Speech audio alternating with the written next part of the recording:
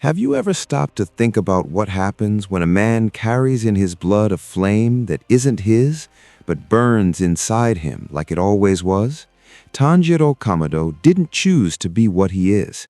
He was born into a simple family, lived on a cold mountain, sold charcoal, took care of his siblings. He was the oldest son, and that alone was already a weight to carry. But fate has a cruel way of showing up without warning. After the tragedy that destroyed everything he loved, Tanjiro walked a road with no way back. He became a demon slayer. He learned water breathing under urokodaki, sweated, bled, fell, and he got really good at it. But really good was never enough when the enemy is Muzan. That's where the story becomes something else entirely, because at some point, Tanjiro's body starts responding to something older. A memory that isn't his, a movement he never trained, but one he feels, like his bones knew before his mind could understand. Sun breathing, Hinokami Kagura, isn't a technique. It's a living legacy, passed from father to son across generations in the Kamado family. This ritual dance concealed within it the original combat forms that gave birth to every other breathing style.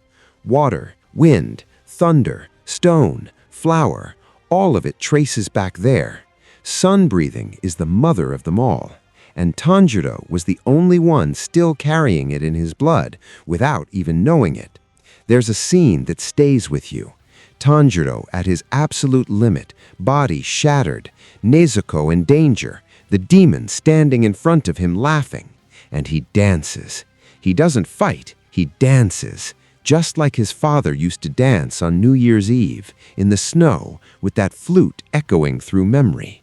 And everything shifts. It's not power out of nowhere, it's reconnection. It's a boy who lost everything, but who carried inside him something no one could ever take away. The continuity of those who came before him. But what makes Tanjiro different isn't just having access to the most powerful breathing, it's the cost.